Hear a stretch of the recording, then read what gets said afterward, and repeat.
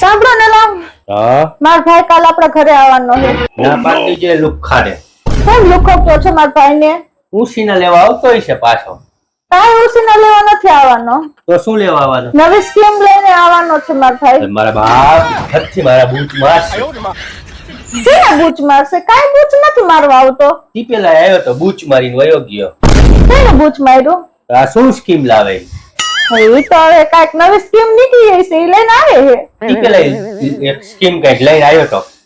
જીજાજી તમે જો આ એક જણાને ભેગો કરો, હવે બીજા ત્રણ ભેગા કરશે, એમ કરતા કરતા ત્રણ છો કરશે, અને એમ કરી 9 થઈ છે. એટલે તમારે 9 સભ્ય કરવાના.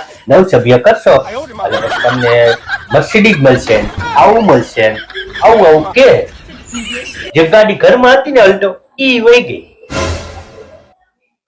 લુખો હારો ના પાડી જે નહીં આવે. પણ એમ શું કેમ કહો છો તમે?